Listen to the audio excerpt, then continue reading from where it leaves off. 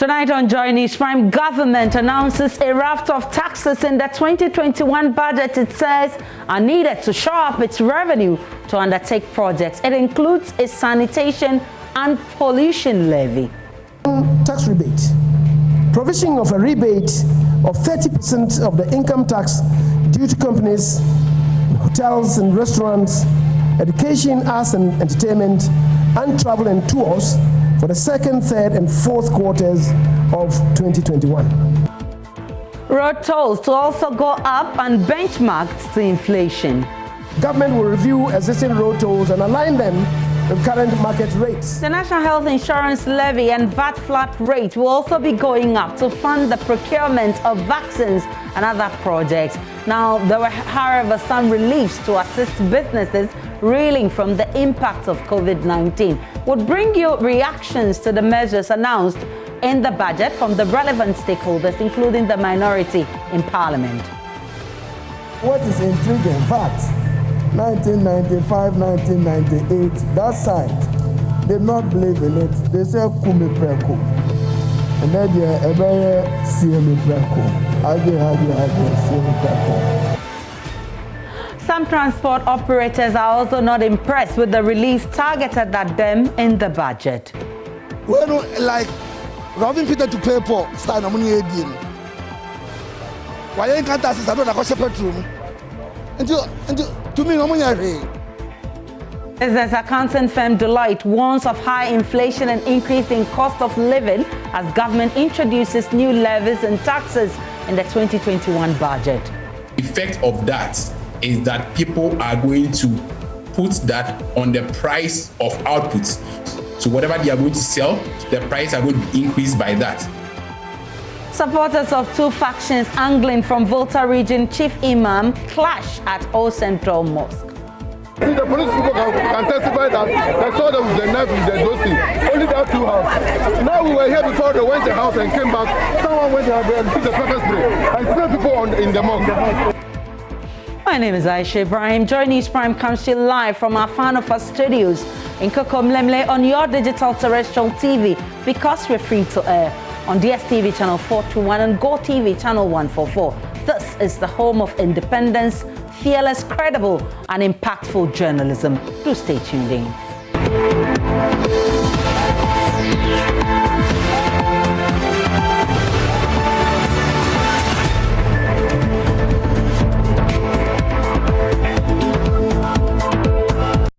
Many thanks for choosing us. Government has announced a raft of taxes to be introduced this year. It says are needed to shore up its revenue to undertake the projects and programs outlined this year. Key amongst them is the sanitation and pollution levy, which will see the prices of petroleum products go up by 5.7%. Caretaker Finance Minister Seche Mensah Bonsu announced these when he presented the 2021 budget to Parliament Friday. To provide the requisite resources to address these challenges and fund these activities, government is proposing a sanitation and pollution levy, SPL, of 10 pesos on the price per litre of petrol or diesel under the Energy Sector Levies Act, ESLA, Energy Sector Recovery Levy, Delta Fund. Mr. Speaker, it will be recalled,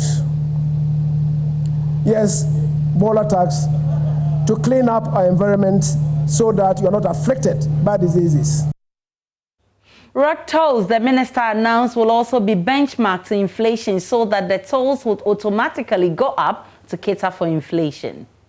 Mr. Speaker, to maintain improvement on our roads, and all of us in this house, every now and then demanding of the Minister for Roads improvements in our road network and indeed improvements in our roads. Mr. Speaker, to maintain the improvement on our roads, government will review existing road tolls and align them with current market rates. That's not all. Government says to pay for the COVID-19 vaccines as well as finance the construction of its agenda 111 district hospitals and other projects in the health sector, the National Health Insurance Levy will be increased. There will, however, be some reliefs, including a suspension of the payment of the third and fourth quarter income tax for trotros and taxis to reduce the cost of transportation. Now, players in the hospitality sector will also get some relief to ease the impact of the COVID-19 pandemic on their businesses. Vehicle income tax. Suspension of quarterly installment payments of the vehicle income tax for the third, fourth, and fourth quarters of 2021 for trotros and taxis as part of measures to reduce the cost of transportation. Mr. Speaker, in line with your pause for effect, your system of pause for effect, can I repeat this?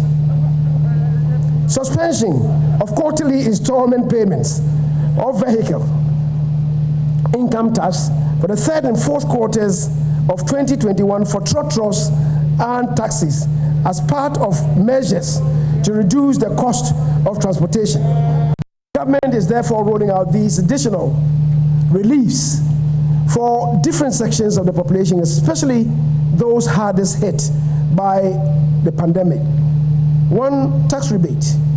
Provision of a rebate of 30% of the income tax due to companies, hotels and restaurants, education, arts and entertainment, and travel and tours for the second, third, and fourth quarters of 2021.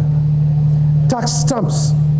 Suspension of quarterly income tax installment payments for the second, third, and fourth quarters of 2021 for small businesses using the income tax stamp system. The caretaker finance minister also provided details on its much-touted Ghana Cares Obatampa project, which seeks to inject 100 billion Ghana cedis to stabilize, revitalize, and transform Ghana's economy to create jobs and prosperity for Ghanaians over a 3-year period. Mr. Speaker, the last 4 years led no Ghanaian in doubt that ours is a government that cares. We care about the welfare of the people. We care about the need for business to create wealth.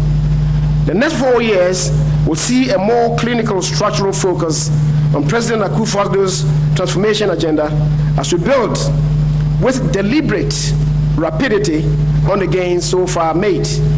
In this regard, pursuing the 100 billion Ghana cedi Ghana Cares Obatampa program, which by far is the boldest and biggest economic recovery program in the country's history, will enable us to turn the challenges created by COVID-19 into opportunities for socio-economic transformation. This program will foster closer collaboration with the Ghanaian private sector, labor, the people, our development partners, and foreign investors. The Obatampa program is inspired by His Excellency the President's conviction that, and I quote, what our forebears dreamed of, we will achieve. If we inherited dreams and visions from our founding fathers, we should leave legacies of achievements and realities to our children and their children. OSA Chairman Sabonso also revealed that Ghana's budget has risen to over 291.6 billion cedis as at the end of December 2020, but maintains that despite the impact of COVID-19, the rate of growth of public debt has been lower than what previous governments recorded. Mr. Speaker, the total debt stock mix was made up of a provisional figure of 141.780 billion for external debt and 149.83389 billion for domestic debt, accounting approximately for 48% and 51.4% of the total public debt stock, respectively. As a percentage of GDP, external domestic debt represented 36.99% and 39.09% respectively. Speaker, the total public debt has increased from 122 billion, that is 6.9 GDP, to 291.6 billion, that is 76.1% of GDP as at the end of December 2020. Included in the debt stock and the debt to GDP ratio at the end of 2020 are the following non-recurrent burdens that we had to deal with as a matter of urgency. One, the fiscal impact of COVID-19 is 19.7 billion. The cost of the financial sector cleanup is 21 billion Ghana cedis. Cost of excess capacity charges paid to IPPs, that's 12 billion Ghana cedis. The impact of the reduction in growth from an average of 7% to 0.9% in 2020.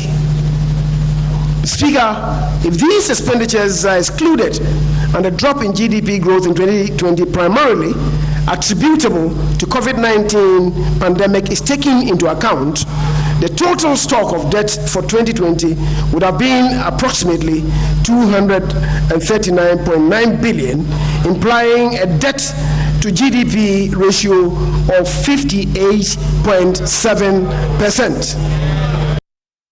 One of the topical issues in the budget statement delivered to Parliament is the COVID-19 and the impact it's had on our social life and the economy. Oseche Mensah-Bonsu provided an update on the country's vaccine deployment and some constraints in the rollout. Speaker, the seminal breakthroughs in vaccine development gives hope that economies can reopen more quickly than anticipated. However, logistical challenges in access and administration of vaccines and the continued mutation and emergence of more infectious variants of the virus may further delay the resumption of full economic activities around the world. Mr. Speaker, in line with the President's determination to protect the lives of Ghanaians, we have prioritized the vaccination program against COVID-19. Through the bold leadership and adept diplomacy of His Excellency the President, Ghana became the first country in the world to receive its first batch of vaccines of the 600,000 doses through the COVAX initiative on Wednesday, the 24th February 2021. We are also working assiduously to secure vaccine for 20 million Ghanaians to enable us to attain herd immunity by the end of this year. Once again, Ghana has stepped up in front. Thanks to His Excellency the President's leadership, we are championing African excellence to become the vanguard against COVID-19 on this continent. However, Speaker, until we achieve herd immunity, we cannot let our guard down if we are to contain the spread of this virus. We must all commit to taking the vaccines in addition to adhering to the COVID-19 protocols that have been instituted for our safety and gradual return to full economic activities. Minority Leader Haruna Idrisu has described the 2021 budget as Siemi Preko budget. He says he looks forward to the debate so he could highlight the bad economic management of government. Suffice it to say, Mr. Speaker, he has presented blame the pandemic, profit from the pandemic budget. Blame it, profit from it with levies. Mr. Speaker, Ghanaians can only brace up for increased hardship and suffering. But Mr. Speaker, what is intriguing, VAT, 1995, 1998, that side did not believe in it. They said Kumi Preko. And then they Siemi Preko. Siemi Preko. Where is value and where is principle in our politics? 1995, 1998, they didn't see merit and worth in VAT. Today they are going to be dependent on VAT. They owe the Ghanaian people an explanation. So, Mr. Speaker, having failed to keep Accra clean, they are coming with a sanitation and pollution levy after failing to keep our city clean. But, Mr. Speaker, we are in your hands, as you have said. We will look forward to a healthy debate, but we will remind Ghanaians that with this Yemi Preku budget. And when petrol prices, even as you go to the export price, we are told that it has been increased more in the future than now. The Ghanaian people are the better judges, whether they are paying more or less, Mr. Speaker. So we are in your hands for adjournment. Information Minister Kojo Oppong-Nkrumah is, however, defending the tax increments and government borrowing, arguing they are necessary to deliver for the Ghanaian people.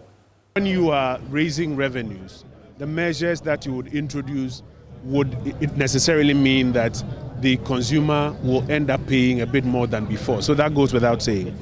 The biggest question is, what use is it being put to?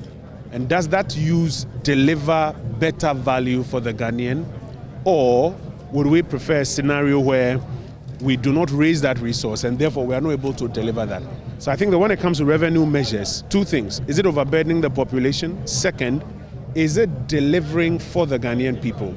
And our focus should be to the best use of this resource so that it delivers for the Ghanaian people. Let's look at the issue about the public debt as well. And you believe that within this year, you're going to, with these measures that you're introducing, you will help slow the rate of growth and direct these things to very productive sectors? I mean, I think after going back and forth, we are all clear in this country that our budgets are not balanced. And therefore, you always have a deficit. The question is, what is the size of the deficit year on year? And are you growing your appetite for increased borrowing? You will notice that between 2017 and 2020 first quarter, we gradually brought the deficit position down and even enacted the law to ensure that it didn't go beyond 5%. 2020, extraordinary situation. So we came to Parliament for permission now to spend beyond that 5%. What is exciting for me is a signal that government has given with a clear commitment in this budget to bring it down to about 9% from the about 11% where it is. And the clear announcement that we intend to have a medium-term path that brings us to 9%, maybe 7%, and then get back to 5%. So over a medium term, a clear fiscal consolidation program that ensures that we don't keep ballooning our debt position or our deficits out of gear. And I think that it's something that we should all encourage government to stick to. NDC MP Dr. Ato Forson also described the budget as a terrible one that will compound the hardships of the ordinary Ghanaian. Why terrible? Terrible in the sense that this budget seeks to do one thing, to compound or increase the hardships of the ordinary Ghanaian and businesses. So it's not only going to affect households, but businesses should brace up for difficult times. What I want to urge this administration is simple. They need to let Ghanaians be aware that there's difference between what the COVID-19 has done to our economy and what their own mess has done to the economy. George, if you are to track the fiscal deficit path, it is obvious that this government has never engaged in fiscal sustainability, fiscal consolidation.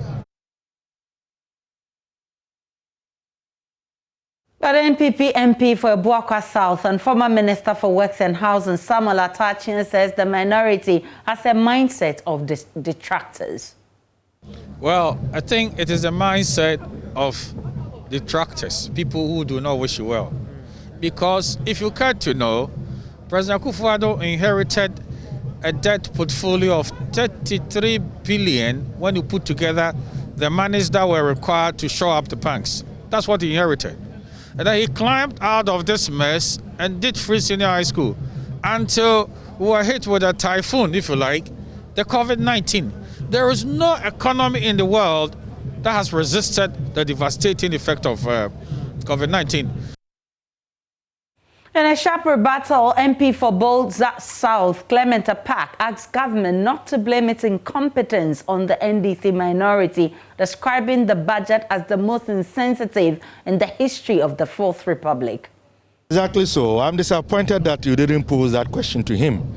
When you have a party which took over the governance of this country in 2017, ruled and got re-elected under circumstances that some of us are yet to come to agreement with, still blaming a previous governing party for their incompetence, their inability to manage the economy properly, the wanton acts of corruption, dissipation of public resources, and at a time when Ghanaians are reeling, businesses have collapsed, people have sold property, disposable income has dwindled to the lowest level. Instead of this government putting in place measures to cushion, to revive, and to support the citizens, businesses, and entities. Let's delve more into the specifics with an associate professor of economics at the Department of Economics at the University of Ghana, Professor Eric Asibe. I'm grateful for your time this evening. Thank you for having me. Prof, what's your assessment of the raft of revenue measures government says will rescue the economy from the devastation caused by the COVID-19 pandemic? One, it intends to introduce a COVID-19 health levy. It intends to review existing road tolls. It says will correspond with existing market prices. Intends to introduce 10% sanitation tax on petroleum products and more. Many say this will further compound the hardships of Ghanaians. What's the reality, Prof?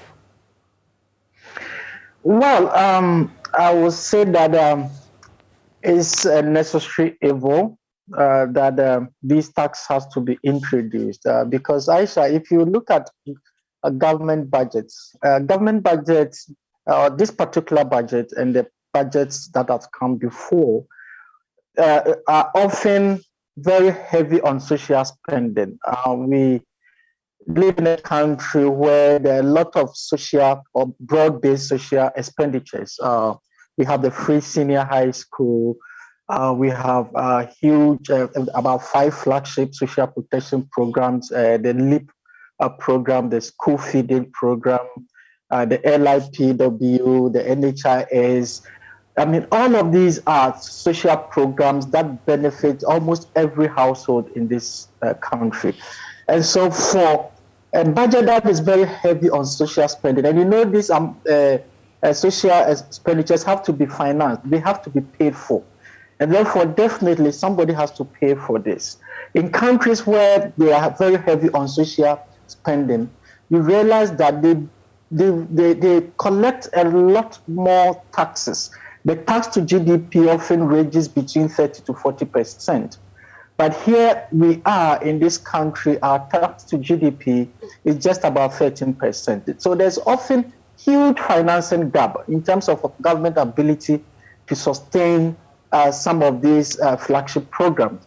And that has often pushes government to borrow more in order to still be able to spend on infrastructure and at the same time spend on this very important social expenditures. Now with the insurgence or the resurgence of the COVID, we've realized that there's not much fiscal space for government to continue to borrow.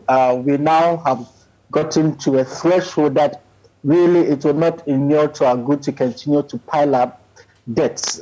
Now it's about 76% of GDP. We are paying interest, or interest servicing is about 8.7% of GDP. These are huge. And so we cannot really go on that path. So we have always said that there's a need for government to look within to try to raise more revenue in order to reduce our borrowing, which is not helping. And so I believe that for us to be able to sustain this program, which really, at the end of the day, it benefits all of us, I think that it's a bold step that government has taken. And I'm hoping that we will embrace it because at the end of the day, it's going directly into our social spending, which benefits the people directly, the health-related expenditures, right? School feeding, free senior high school. I think we all don't want these programs to collapse. And therefore, if government is finding a more sustainable sources of financing, I think that we know that the COVID really has impacted on household, on businesses so badly, negatively. But it is also in our own interest, in businesses' interest, in household interest, that government really find a much more sustainable way of financing this program, other than depending on loans, going to borrow, which really becomes a debt overhang, using all our revenues to servicing this debt and really destabilizing the macroeconomic environment. And so for me, I think that it's going to be difficult, but I think it's time that we all tighten our belts and embrace these new tax measures. Prof, what's your reaction, or how do you react to the country's current debt stock? Are we on the right path? Well, I wouldn't say we are on the right path. Obviously, it has increased, and once it has increased to this level, crossing the 70% threshold, we cannot say we are on the All right, so we'll try and get Professor Sibe back on to talk about Ghana's debt stock. Now, Darrell Bonsu is also Deputy National Director of Arocha Ghana. He joins us via Zoom. Mr. Bonsu, I'm grateful for your time. You advocate a lot for things to be done right as far as our environment is concerned. Now, government says it intends to introduce a sanitation tax on petroleum products to help deal with sanitation problems. Some say it's actually a lazy way of dealing with the matter at hand. What's your own evaluation of this decision by government? And I agree to a certain extent that, yes, at some point we need to, as a country, put in place the necessary measures to take very good initiatives that would secure the well-being of Ghanaians. But in doing that, we need to also take into consideration the sources of the pollution, and also in this case, as we're talking about sanitation issues, the sources of the waste, which is the reason why some of these taxes have been imposed. So I feel that waste management and also dealing with pollution in the country, we need to take a critical look at the various producers of waste and get them to take responsibility for what they produce. We need to look at how we can also put in place mechanisms where people pay as they throw their waste away. We need to look at mechanisms where we can give incentives to, I would say, recyclers and also individuals, households, and companies who are actually putting in mechanisms to make sure that they don't even put waste out there. But to just go ahead and put a straightforward sanitation levy means that we are actually encouraging people to do as they want, not making people responsible. And we are allowing people to just ensure that they really are not responsible for what they do. And this is where we want government not to encourage that. We need to, yes, in certain periods of our development, put in place a carrot and stick approach to dealing with issues. But for sanitation, I don't think that putting a sanitation levy is the right to go. And to a certain extent, government is actually failing to address the real challenges of waste in the system in terms of the management governance system in place to deal with it. So like you said, it's a bit of a lazy way to really address the situation. I'm grateful for your time. Darrell Bonsu is Deputy Director at Arocha Ghana, an NGO that deals with environment, and Professor Charles Asibe is an Associate Professor of Economics at the University of Ghana. I'm grateful for your time. And still to come in this bulletin, we have more reactions to the budget, including some transport operators who are not impressed with the reliefs targeted at them. Well, like robbing Peter to pay for start na money again. Why ain't can't I don't like petrol? And to me, no money. And in business, accounting firm Deloitte warns of high inflation and increase in cost of living as government introduces new levies and taxes in the 2021 budget. The effect of that is that people are going to put that on the price of outputs. So whatever they are going to sell, the price are going to be increased by that. There is more in business shortly.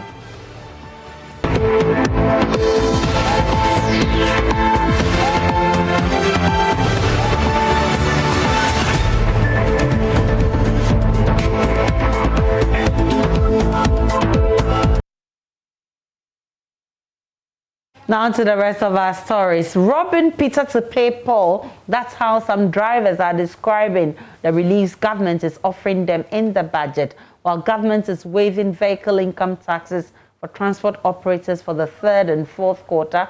Fuel prices and road tolls are going up, and some drivers are disappointed, saying it doesn't make much difference. I don't know, I never 24 Ghana. What about your problem here? 24 cities doesn't make any difference when fuel prices are being increased daily. They are just robbing Peter to pay Paul. They've done nothing. Why you can't ask? I don't know petrol. And to me, my problem is the fuel, because I know that every day I used to buy fuel, but the income tax I used to cut my income tax every 3 months, 1 quarter. So I know that every 3 months you have to go and take your income tax. But I buy fuel every day. So if they can reduce the fuel for us, I think that I will be happy, because I manage to buy fuel every day. We have nothing to do. Since I start driving, that's how the thing is going. If they increase it to some limit, but the GPR people too, they will talk. They will have to increase something small for the drivers so that we will all enjoy it together. We can't ask the government to reduce it. Even we can talk, but I can't go anywhere. The fuel, at the end of the day, they will bring a lot of English. We don't understand that kind of English. But what do we know? If they increase to some limit, GPR people, they will talk. They also increase the fare for us, so they will all go according to. Oh, in Cantas, no, my first quarter. Not a cat, second. I've already paid the tax for the first quarter. It's good they want to absorb the cost, but the fuel is our main problem. The little money we make in a day goes to fuel. Because see, I Juma Kakra, the Kakra Benyano, now the name out of fuel. Mechanics at the Swami magazine Industrial Enclave showed little interest in the budget statement read in Parliament on Friday. They say government has repeatedly failed to fulfill promises made in budget statements. Nana Ojima spent hours at the Enclave as the budget was being read and filed this report. A group of mechanics at Swami magazine sit under a shed, chatting away their Friday afternoon. They wait patiently for their herbal tea, attire boiled for drinking. Missing in their midst is a radio set to monitor this year's budget reading in Parliament. I don't think I mean tea budget. You buy a new Juman yet. So that which you new Juman yet. Why should I listen to the budget when business is bad? It contains nothing new. To be frank, to be honest, who say some that Assembly on Beckham be Muniso, and this Utiokra, dear 2020 or Kai and 1 or 2021, 2018 and 1 or Kai 20. They don't fulfill the promises they make. We all know he'll repeat old promises. 2 years back, I visited this part of Swami to join the artisans and traders here to listen to the budget. On the day, every individual, including those busily at work, had radio sets close by them. On Friday, only few had pitched camp, listening to the statement being delivered by their representative in Parliament, Oseiche Mensah-Bonsu. Impacted by the COVID-19 pandemic through the trade and financial. The sound from this old speaker is loud enough to serve others at work, but interested in the statement. The few who showed interest tell me why.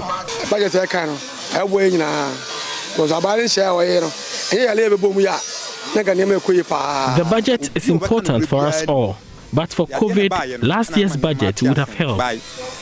We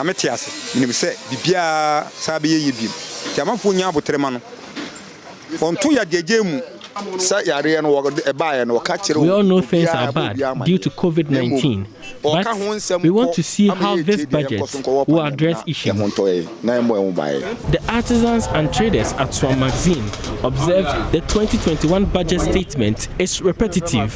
They hope government implements them. In fact, though government has failed to deliver fully the loans promised through NBSSI, we are still hopeful the budget will help businessmen like us. To me, the budget, I buy an aqua and the sun said, "Want to be near the Abamagana for Aqua, which they will pee." The budget is a good one. All we expect is for government to complete the works being done on our roads. It is very important.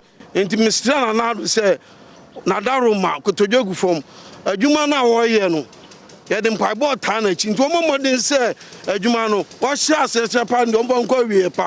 major campaign policy in the 2016 general election was to fix poor road network in the area.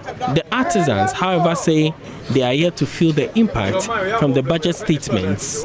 Though Swam Magazine was not directly mentioned in this year's budget, what these people here are saying is that government promised to continue all roads that is started previously speaks directly to them, and this is the state of Swami Magazine Road presently.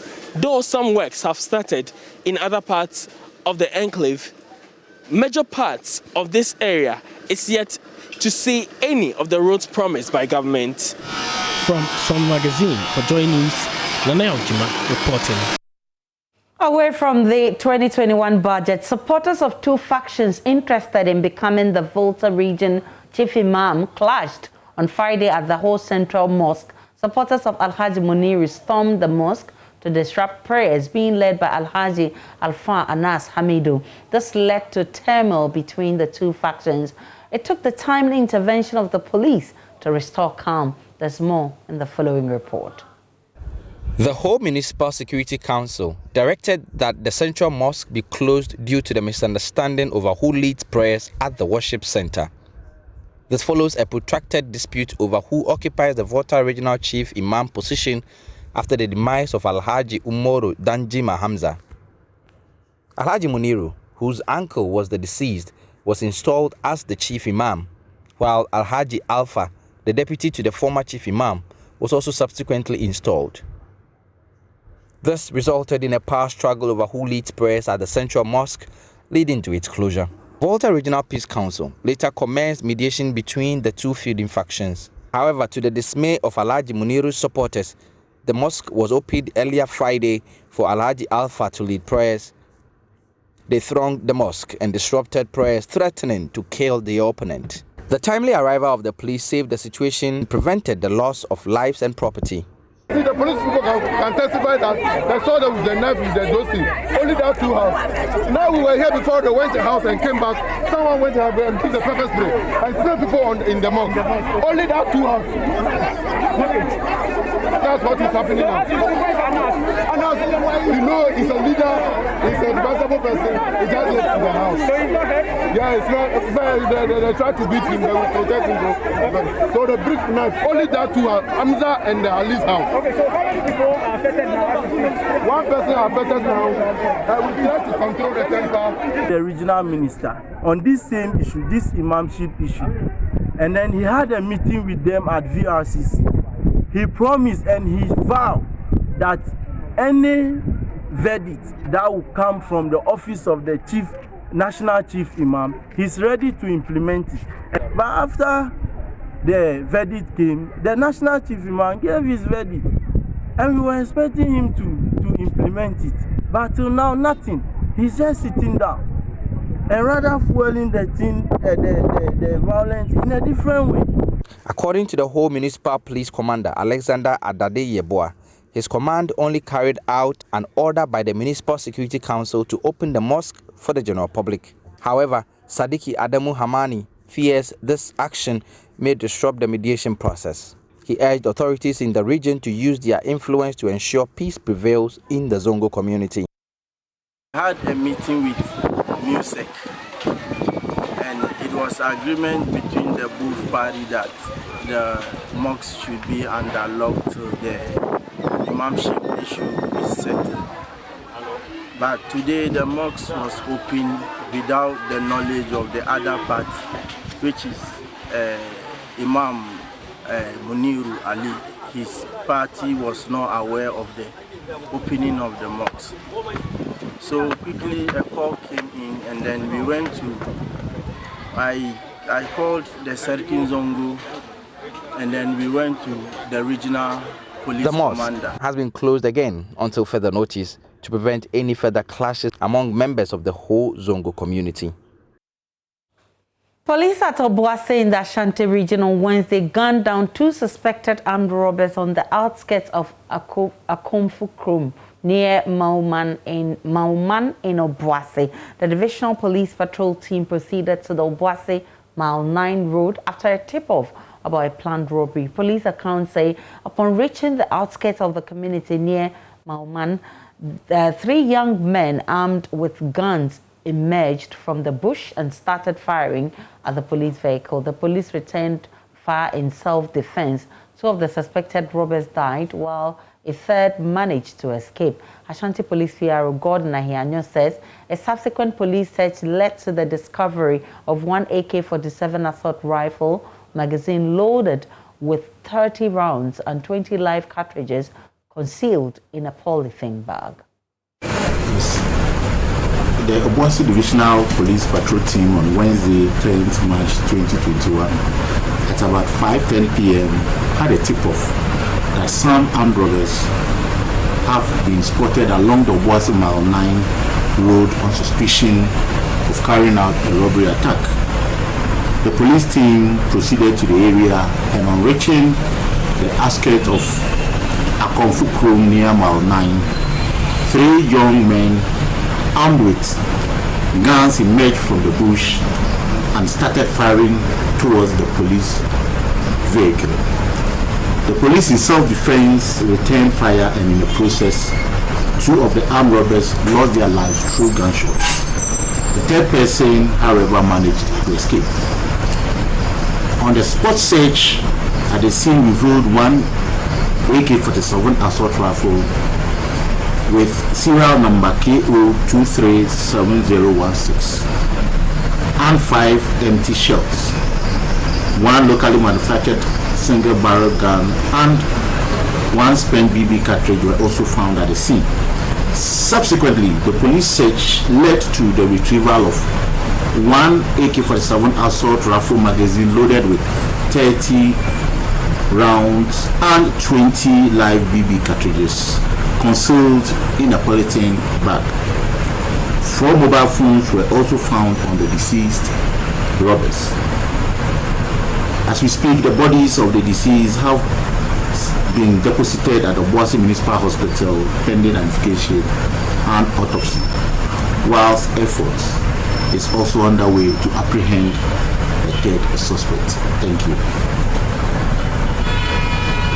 The Ghana Police Service is investigating circumstances that led to the death of 2 women in separate incidents at East Legon here in Accra and Ho in the Volta region. The 2 deceased women are said to have been subjected to physical assault by their partners on several occasions. One of the suspects in Ho, Philip Kuma Caesar, was in court Friday. We'll take you live to the Volta region for updates from the court shortly. But first, here's a report on the 2 incidents. In just a week, 2 issues of domestic violence which have allegedly led to the death of 2 women have dominated the media space. The first involved a businessman in East Legon, Prince Charles Dejo, who allegedly assaulted his 43-year-old wife, Lillian Dejo, leading to her death. Here's Accra Region Police PRO DSP Efia Tenge confirming the incident. The District Magistrate Court, Medina, has remanded Prince Charles of March 2021 for him to appear before it on the charges of murder. Over the weekend, the police at East Legon received a report of the death of his wife, one Lillian, 43 years, whose unfortunate demise has raised a number of questions.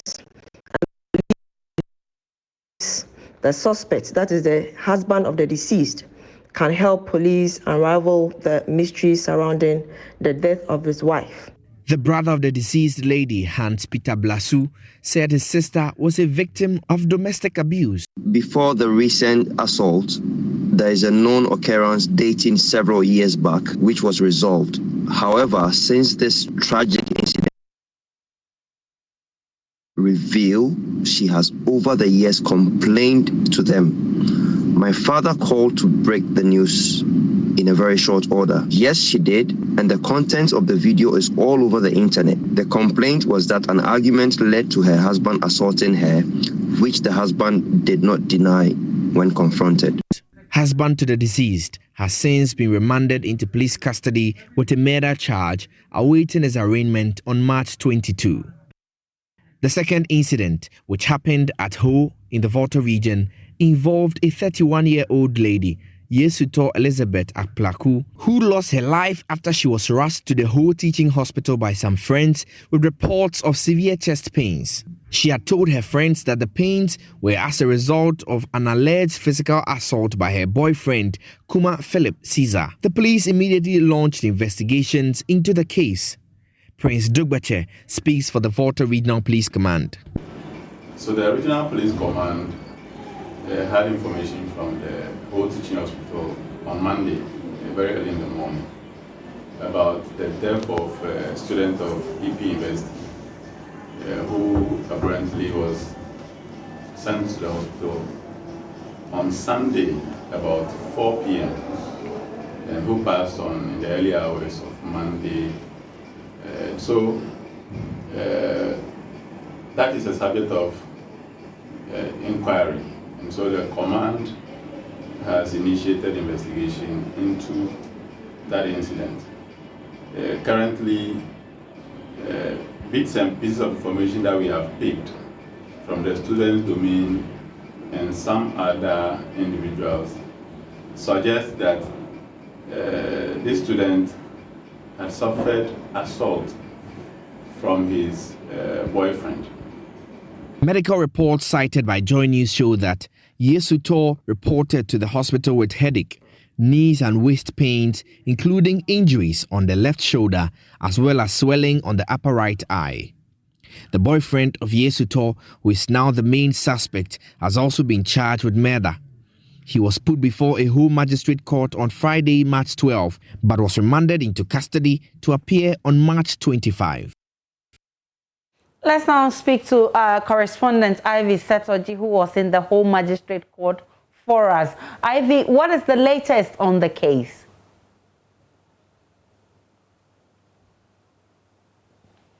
Hello, Ivy. Okay, so right now the family, as I said yesterday, the families are demanding for justice. They insist that justice must be served their daughter, and so they want justice to be done. The young man was taken to court today and has been remanded to reappear on the 25th of this month, and so they are waiting for justice to be done. So for now, we are waiting on the courts and the police to see how it goes. So on the 25th of March, we'll be at the courts to witness what happens from there. But for now, all the family is saying is they want justice for their daughter. Suspect, has the police slapped any charges on him yet? Ivy? All right, I think we lost Ivy Setoji there, but she says that the case has been adjourned and we look forward to what happens in court the next time it is called. And here is a story of resilience, going her entire life on one leg. 22-year-old Emmanuella Hayford was a story of pain climbing a 5-story building as an amputee to attend lectures at the University of Ghana, was told on Joy News in 2020, has now been fitted with an artificial leg to ease her walking. Kind courtesy, the North America branch of the University of Ghana Alumni Association. My colleague Justice Beidou followed her through her 6-month procedure and now reports. I'm a nice girl. I like laughing. I'm jovial, I'm bubbly. Yeah. Emmanuella Hayford can now afford a smile. But this has not always been the case. At a tender age, she lost one leg and has walked with no support all through her life since then. The only challenge I was facing was the using of the crutches instead of a prosthetic leg. Things weren't all that gloomy until she came to the University of Ghana. Some of the infrastructures, they doesn't favor me in terms of the staircase, the longer staircases, and where my classes have been scheduled at. Yes. This is a daily struggle of Emmanuella Catherine Hayford. Emmanuella's audio was captured in a moving story by Joy News' Emmanuel Jivenu. She makes her way from the ground floor to the third floor anytime she attends 5 different lectures. And that will change her life for good. The University of Ghana Alumni Association in North America raised $6,000 for her prosthetic leg. University of Ghana's Office for Students with Special Needs, they contacted our clinic that they had one of their students who had been amputated and would need prosthetic service. So they referred me to the story made by Joy News. Then this pin locks inside. We started around November last year. We took her cast and measurement. Then we went back to the clinic. She is enjoying home service because that's what the office is paying for. We went back to the clinic, we designed, we fabricated, and then came back to fit the prosthesis on her until we realized that she was okay, and then we made the final prosthesis and we have fitted. Now it's been covered and she's able to walk independently. Words won't be able to tell the kind of joy I feel inside and everything, but you know, I'll say God bless them, and wherever they with their time, energy and resources, money and everything, I would want to say a very big thank you.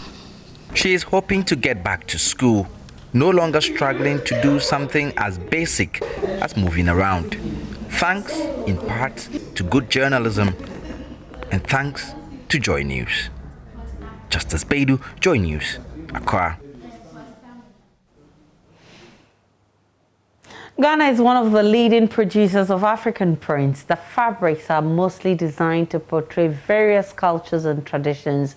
Designs found on the fabric often tell of events, personalities, and adages. Love FM's Mona Lisa Frimpong hits the market to find out the most popular fabrics and the meaning behind their names.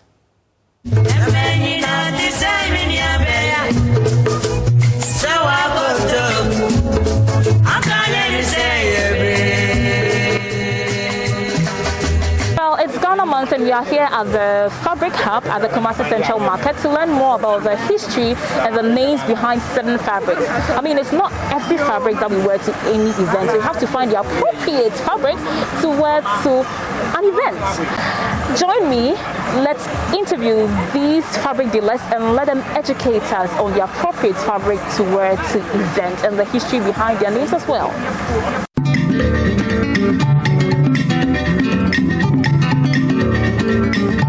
Baba na de swai tie masu afi bi esan de eya yituma afi bi wo ho a ne bi a wodofo bi ni wa firi mu ko ya eno no ene ye de aya ntuma ni din afi bi esan nya afi bia na enipa wani gie ewie opeye so ye fa ni VIP ye be ye ohwade a unse VIP de ye ntema a ye ni munyam wom obi ba so ba be ye obi hwade a we nyina e betimi ama obi so ho na we say no bibi te se ntoma we say ho we ye fa no odo spray eni brain soja kokko ni sama market we ye enketwa guest na the ball life enti na kase wo ho na we ye enketwa eno na guess no say wo mo de bo life mini na bi na mesu afre no unse wi ase na de ba kope o ma me mi obe yo yie kura enti se wan kasa wo ma me so atiase ha nti wo ma me ade a wo ye na esu wu a wo de ye twa a kire mi we no ye fe na kufu ba we no minnim obo a o de be kwa yi bo so I don't know we won't me de me fam kwa I don't know bi a kufu ba so no na bi a saata mo mu try we de enketo ane de efo epo ni nyina ye sister cities enti no 6 years eye 30 so abba si ana so ma e bi e kwa koye me ho ade enti no ma mentema mamu akonya no watena ase ma tombo ase me yidie wodin a eye kama ma hyehyɛ ne kama na me de ayeden na me de amaw. Hey, so you heard what the fabric dealers say. Well, I got one for myself since it's Ghana month, and this is named Oba Papa. As you can see me, Oba Papa. Reported for Joy News, Mona Lisa from Pond, Kumasi.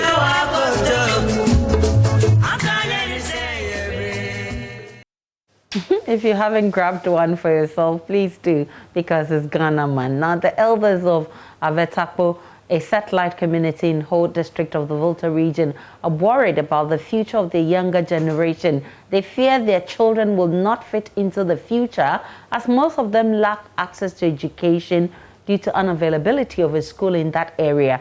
They have, however, appealed to the government and philanthropic organizations to support them complete the construction of a 3-unit structure initiated by the community. There's more in the following report. Avetakpo is a satellite community on the southwest boundaries of the Ho West district in the Volta region. Residents here survive on farming, charcoal and gari production. Though the residents are committed to educating their children, a structure that housed the community basic school collapsed some years ago. This development partially shattered the dreams of residents seeing their young ones grow into educated adults. Those who are determined and have the financial strength send their children to neighboring Joapon to access education, while children of the less privileged remain here in Avetakpo and help with farming and other activities.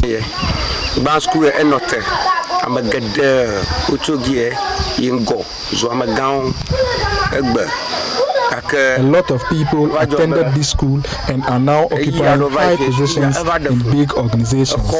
However, the school collapsed and some residents sent their children to the cities. The children in the community are plenty. We wish they would have access to education. Because they are not going to school, all they do is farming.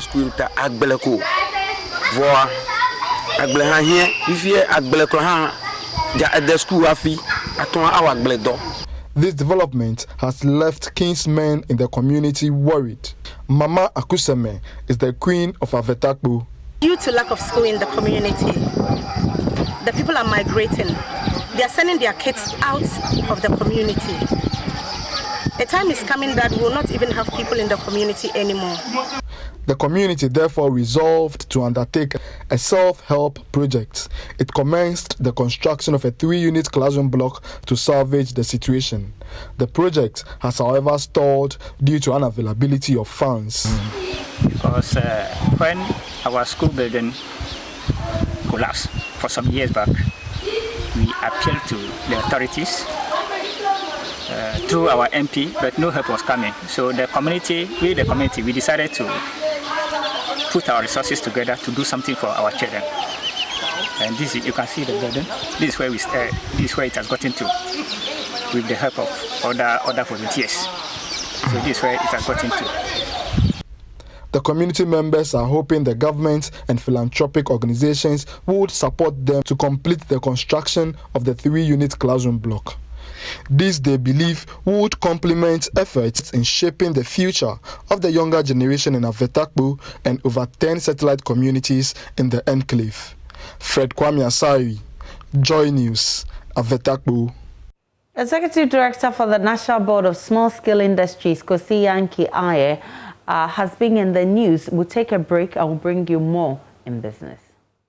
Hello, good evening. It's time for business. I'm Charles Aite, the Executive Director for the National Board for Small Scale Industries. Kosi Aye has said that the disbursement of the COVID-19 Alleviation Program Business Support Scheme, that's a CAP bars, is done largely based on the data provided by associations in each and every sector of the economy.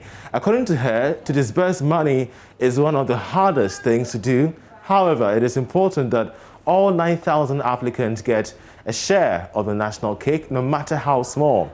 This comes in the back of claims made by the Ghana Hotels Association that they only get 10% of the money they applied for under the MBSSI program.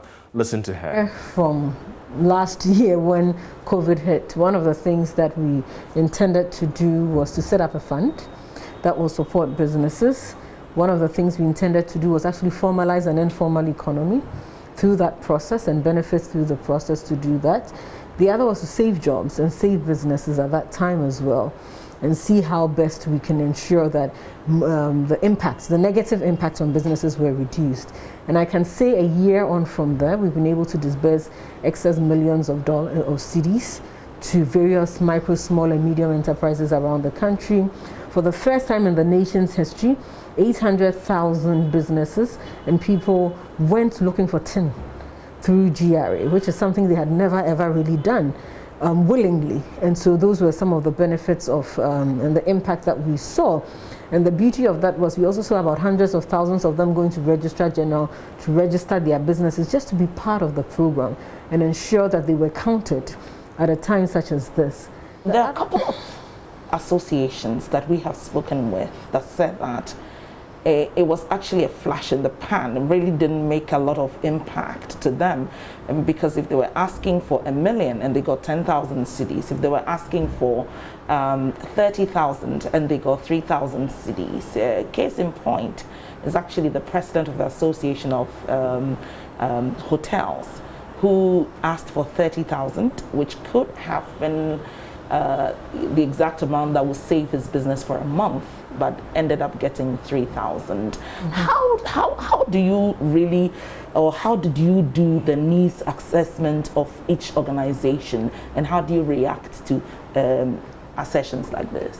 So I think that one of the most difficult things in life you can be given is to share money to a population, and to be able to look at a pool that you have and see, this is what I'm giving you. And if you remember economics, one of the things we're taught in economics is you have scarce resources, and you need to give as many people as possible.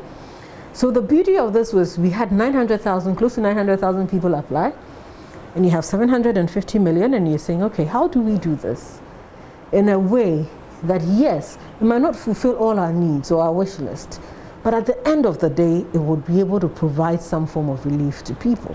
So what was the criteria for which you would say that you'd give someone, for example, 100,000? It depends on the data you give me, right? It depends on the sector. It depends on the criteria you're giving me. It depends on the input in the computer, right? Well, the prices of bread are expected to increase on the market as bakers complain of hikes in the cost of raw materials. Big brands in the baking industry have resolved to halt production for 3 days ahead of the increase in the price of a loaf of bread. There is more in this report from Kumasi. The bakers say the price of flour and sugar has increased astronomically, hence the intended increment in bread. Other ingredients such as margarine, eggs and salt have also increased. A member of the Bakers Association, Theresa Boachibwedu, says the industry cannot survive without the price adjustment. We are only begging the public to hold it for us, because our industry is also helping employment.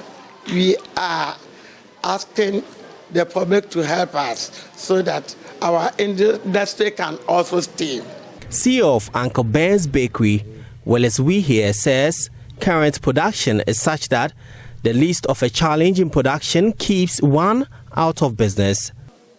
Last month we've had 2 different prices.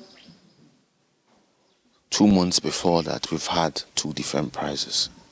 And when you have this price keep going up, and we are stagnant at a point. We as a business, we would go into extinction.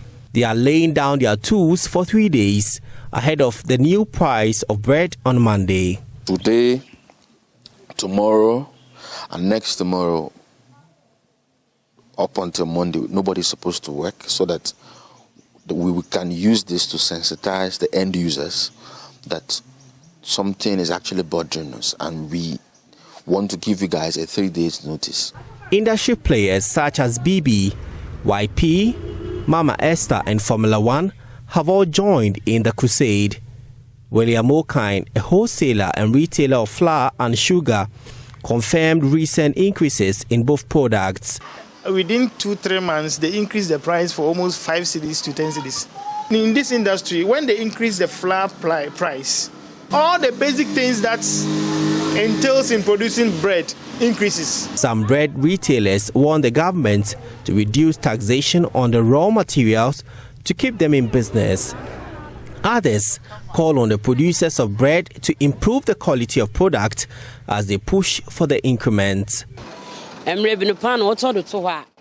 to the cost of raw materials, bread bakers are not baking the bread well. They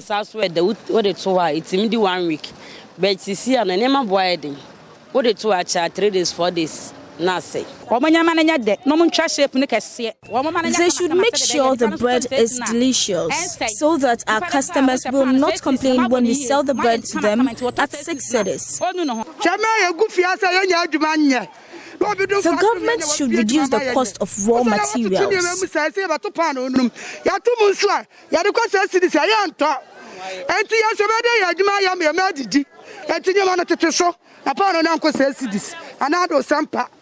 Prince Apia reports. Well, Graphic Business, together with Joy Business and Access Bank, have signed an agreement to support small and medium-scale enterprises through capacity building. They're set to hold a clinic that seeks to support businesses to mount the impact of COVID-19 on the operations. Here is the group head for business banking of Access Bank, Kafui Bempe, on this partnership. The need for significant investments in expansion, addition, and upgrades of the transmission system to improve transmission in the country. The recent nationwide total collapse of the system is a wake-up call for the country to begin realizing that it is urgent now than ever.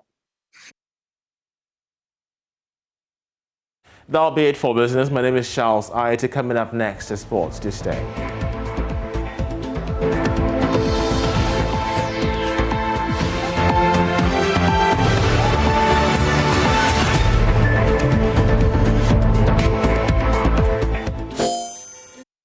That's on Joy News Prime. I'm Gary Al Smith with the second batch of the sport.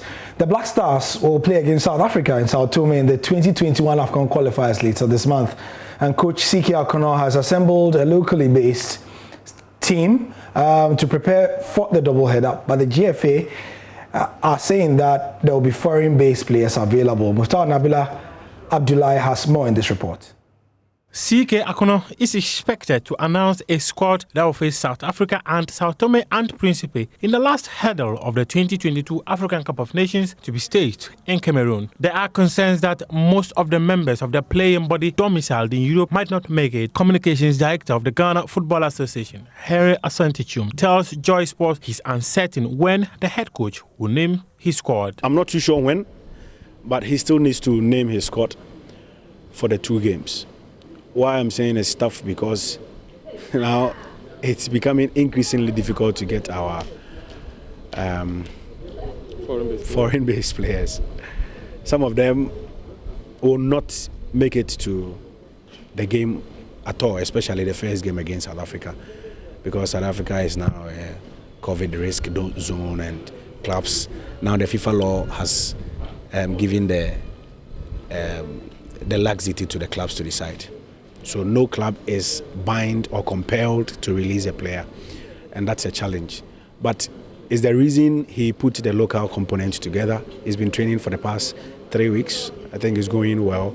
We'll look at areas that needs to be strengthened. We'll look at the players available, maybe those in Greece, Eastern Europe, some part of Central Europe may come. I'm not too sure about England and Germany, but whatever it is, we will have players. I can't put a finger on who will make the squad, but we are still talking to the players and their clubs. Very soon, we will make the squad public. The senior national team need just a win to book a ticket to participate in the next edition of the African Cup of Nations. Ghana has failed to win the competition in the last 37 years. President of the Ghana Olympic Committee, Benunu Mensah, has recounted his success as head of the Olympic body for the past 4 years, saying that he deserves an extension of his mandate. Speaking to Joy Sports, he said he opened the GOC to members to feel part of the body. First of all, I think that for me, even though there are so many achievements and people are talking about success story, for me the biggest achievement in my tenure is opening the GOC up. In the past, the GOC was somewhere, and then the rest of the national federations were also somewhere. There was no that synergy, there was no interaction between the GOC, or there was not that closeness. What I did on coming into power is that we created a National Federation Relations Subcommittee, which then started coordinating activity between the national federations. Because, you see, without the national federations, there's no GOC. GOC has to work with the national federation because the national federations own the athletes. Okay, so what we did was to open the GOC up and let every single federation president feel part of the GOC.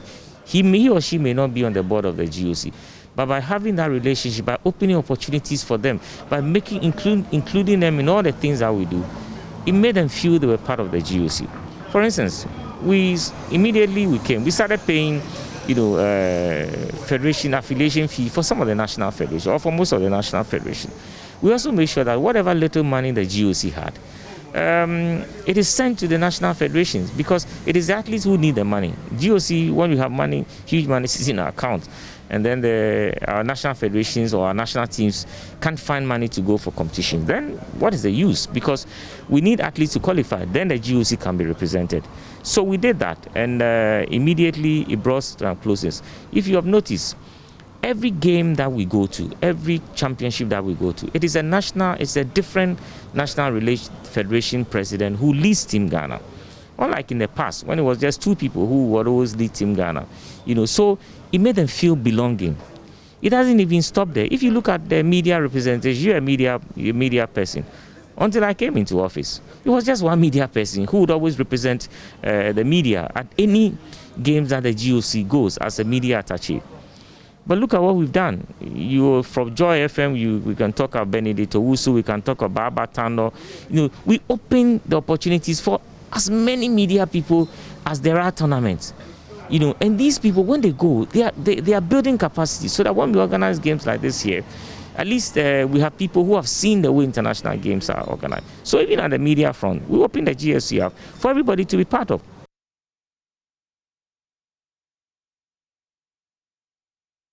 The Ghana Football Association are organizing a technical instruction session for all national team coaches. The event, according to the communications director of the football governing body, is to equip coaches with the latest information in the game.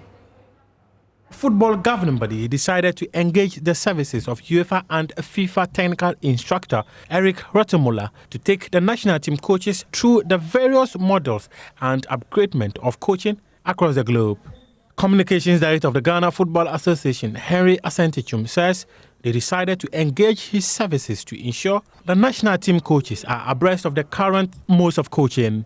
We realized that since the appointment of these coaches, there have been different assignments at different times, but we have not really had the opportunity to sit down with them and understand their thinking. Now, in doing so, it is also appropriate that you get them a technical brain, someone who has seen it all, who understands the modern trends of football, to have an interaction with them and take them through different areas in the football technical aspect.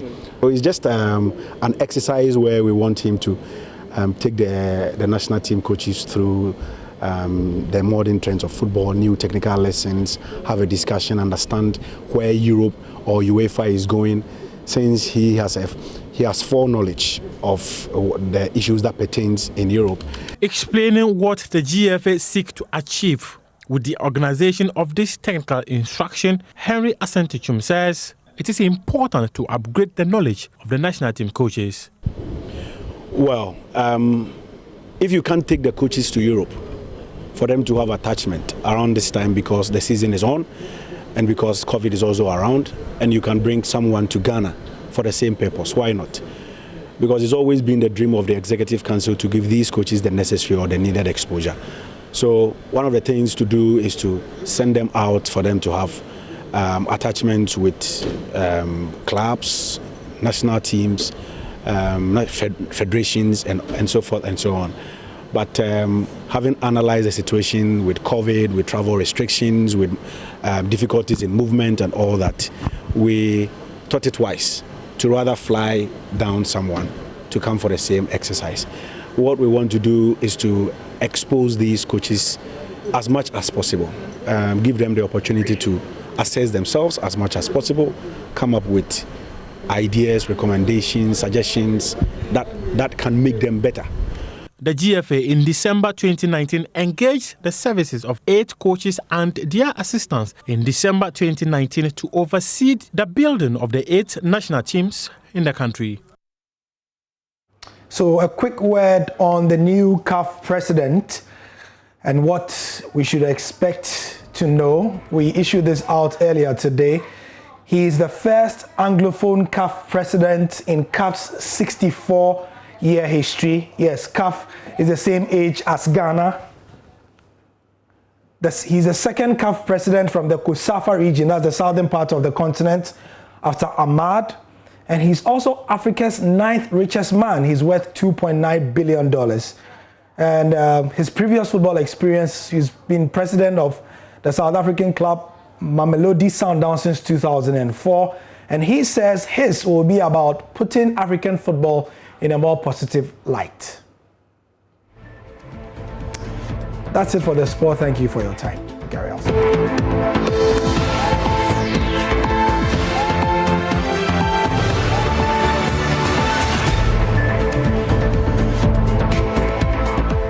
Welcome back to Joy News Prime. A year on after Ghana recorded its first coronavirus case, Bono East Region correspondent Anasabe take us through how authorities in the Bono East region, with the support of a philanthropist, purchased PCR machine worth $30,000 that contributed into the upgrade of Kintampo Health Research Center into COVID-19 testing center for the Bono East region, Bono and Ahafo regions.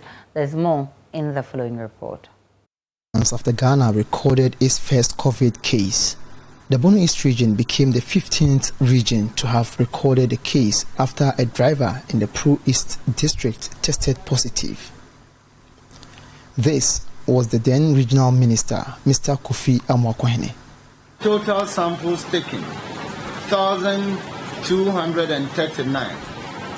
Results available, 362. Negative results, that's tested, 361. Positive results, 1. Results pending, 877. With pressure mounting on the 2 major testing centers then, the KCCR and Noguchi, authorities in Kintampo called for the consideration of the Kintampo Health Research Center as a testing center. Here is the MCE for Kintampo North, Mr. Michael Sarkodeba, for making the appeal. The research center has capacity to test. And so I'm using this to appeal to the health authorities to look at Kintampo Health Center. It has the capacity. I'm reliably informed that it has capacity to also test. The center then lacked a PCR machine which was key to the testing of COVID. Fortunately, a former MCE for Kintampo North donated an amount of $30,000 for the purchase of the machine. Thanks to the donors, that is Mr. Abdullah Razak and family, This kind of gesture has opened an entire milestone for Bono, Ahafo, Bono East, and indeed the entire country. That's how we draw the curtains on Journey's Prime tonight. For more news, log on to myjohnline.com. These are some of the headlines you'll find there. 2021 budget, trotros, taxis to enjoy free income tax, hotels and restaurants to get 30% rebate. Government to introduce 1% COVID-19 health levy, 3 others to help economy recover. And 100 billion Obatampa program, unprecedented investment in our economy. Caretaker Finance Minister. NLA Director General's retirement, a big relief. Staff Union Chairman. Those are some of the headlines you'll be seeing on myjohnline.com. There are also updates on developing stories you'll find there. My name is Aisha Ibrahim. Many thanks for watching. Enjoy the rest of our programs.